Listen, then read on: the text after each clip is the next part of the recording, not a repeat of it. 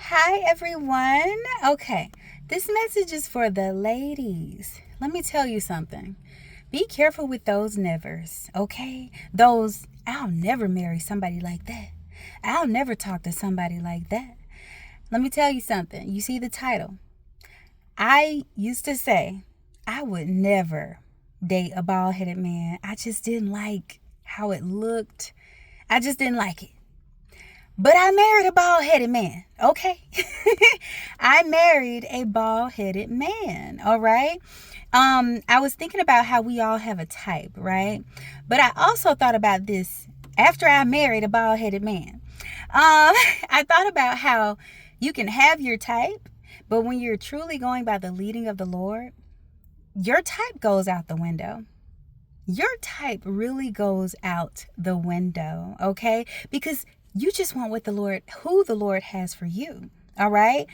And I tell you this, ladies, you will miss out on the blessing, on the miracle, on what you've really been praying for, okay? You will miss out on that all because of your type. All because that man does not look like your type. All right? Don't miss out on that blessing. Do not. Somebody else is going to get Charles. Okay? Somebody else going to get Henry. I'm just saying. Get that bald-headed man a chance. Okay? But it's not just when it comes to bald-headed men. It's like those nevers.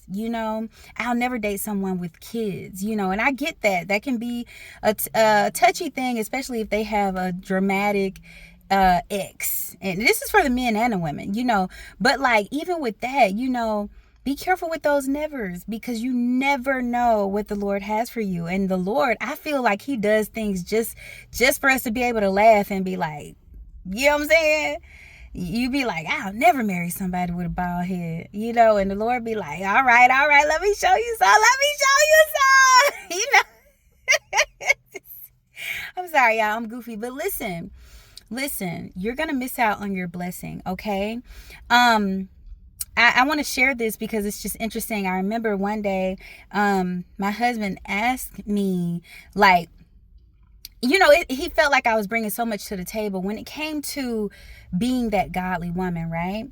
And he was like, what do I do for you? Like, because before I was a single mom. I was raising my 3 sons. I was working. I had things in line, you know what I'm saying? But, he felt like he was bringing things to the table, but he felt like he had a lot of shortcomings, And he said, what do I do for you? You do so much for me. What do I do for you? And I told him this. I said, you love me. I said, you love me. And I said it in this way. I said, you love me more and better than any man that I have ever known. And when I said that, I meant it. I meant any man, including family. Any man, okay? And that's one of the things that, a lot of men don't recognize, is that women, that love, that real love, it matters to us. This is why, if you guys think about it, the Lord never said for a woman to love her husband. But listen, the Lord said for the man to love his wife as Christ loved the church, right? It tells the woman to submit to the husband, which that is reciprocal. Okay, both parties submit. But here's the thing, and this is what I believe the Lord knew.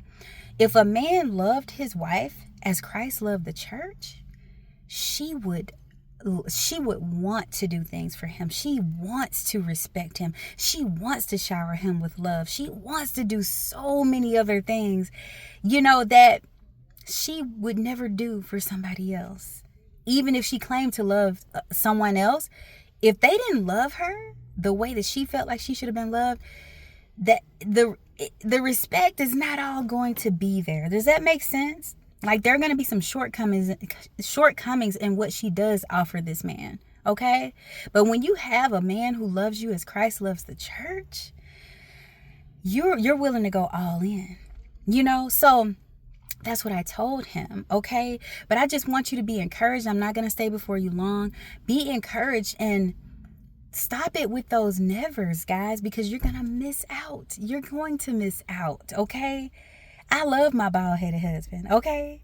He is a great provider. He loves me. He is honest. He loves the Lord. That's number one. He loves the Lord, and that's why I trust him. Because I know that because he loves the Lord, he doesn't want to do anything to hurt the Lord first. You see what I'm saying? He wants to please the Lord first. Hallelujah. Okay. So, hey, this is one thing I'm going to say this.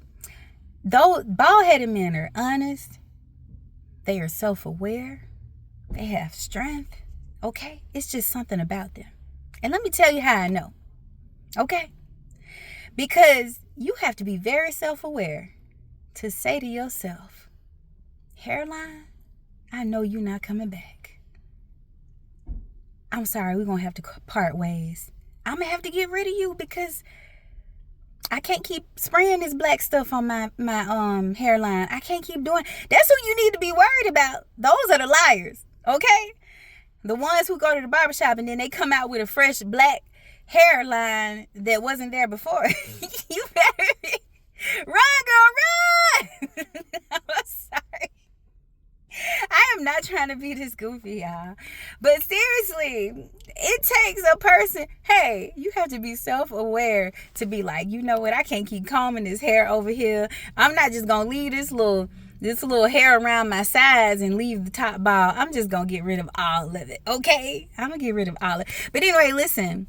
Be careful with those nevers. Because that's going to be the very thing that the Lord presents before you. Okay? And if you're not going by the leading of the Lord, you're going to miss out. All right? So be encouraged. All right? Love you guys with the love of the Lord. Bye-bye.